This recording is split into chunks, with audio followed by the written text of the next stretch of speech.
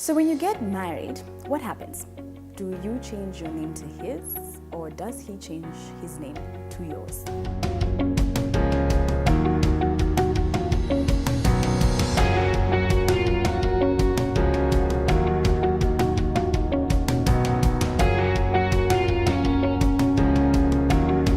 So a couple of years ago, it was easier. Changing your name as a woman when you got married was a no-brainer. I mean, everybody expected you to do so. Plus, women then got married much earlier. For instance, my mom got married at 21, and I didn't even know her maiden name till I was about maybe 9 or 10.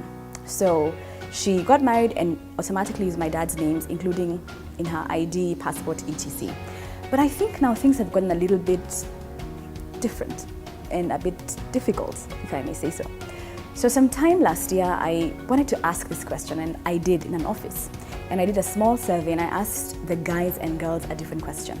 So I asked the guys, would you take up ask the guys, when you get married, will you want your wife to change her name to yours? And all the guys said, yes. And then I asked the women, when you get married, will you change your name to his? And all the women said, no. Okay, most of the women said no.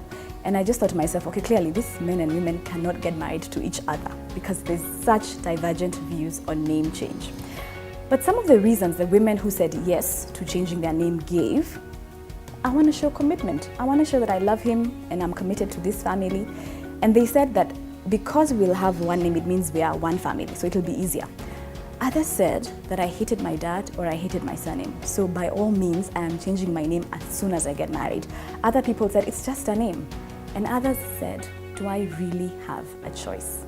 Okay, so I decided to figure out where did this trend come about. And a brief deep into history revealed that marital surname change was at best controversial and at worst unsavory.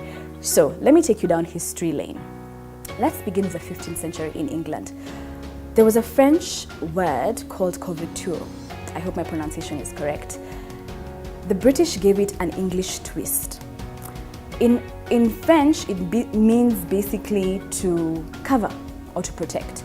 But these guys changed it to, it meant a woman was subsumed by her lord, by her baron, by her husband. So this means you can't vote, you can't go to law, you can't own property.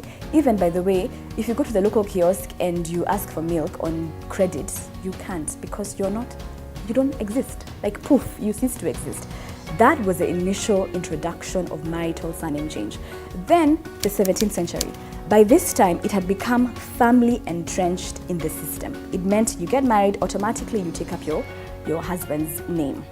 Now, in the 19th century, 2 centuries after this, not only now was it a thing in England, it had completely permeated other places. For instance, Ireland, Scotland, Wales, also colonies and ex-colonies of the British. So now you kind of know the history of that. Let's look at Africa.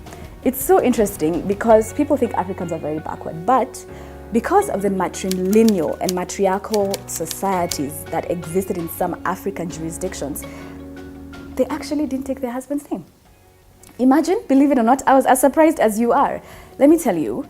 So apparently, you were known by where you came from, not your husband. So you were known by your father, by the clan, by the area. Let me give you an example. For instance, some Nilotic communities like the Luo, if you're a woman who maybe gets married in Kisumu and you're from Alego, you will then be referred to as Nyalego, which means the lady or the woman from Alego.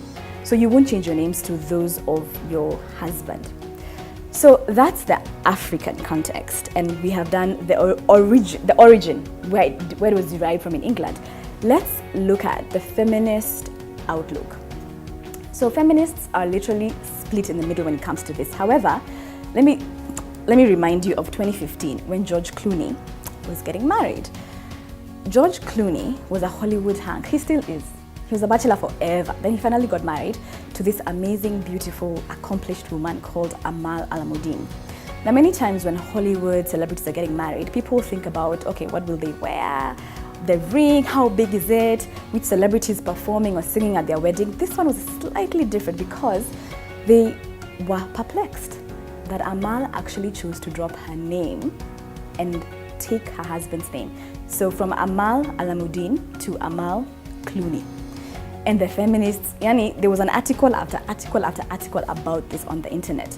And what feminists say is two things. Some feminists say, you know what? It's your choice. Do you? You can decide to name yourself after a tree, after a lake. You can decide to take your husband, because feminism is about a choice. It's about your choice to be happy. So if taking your husband's name makes you happy, good. The other feminists say, what? How on earth are you taking somebody else's name? And they say that by the time you're getting married these days, because the age has become, people are now getting married in their 30s as opposed to years ago, like my mom who got married at 21. Now, by the time you're 30, you're almost known by the people who know you for life. Okay, almost, kinda. And so it amounts to professional and social sabotage. That's according to these feminists. So they say you must not take his name. Okay, so now with the surname change, people in different jurisdictions do it in different ways. In some places, everybody takes their husband's name. In others, it's a very foreign concept. In other places, you can decide to do a double-barreled or whatever it is. So what do I think? I think anything goes. I think it's 2018 and you can do as you please. You have the options of changing your surname. You also, by the way, have the option of him taking your name. Some men do it.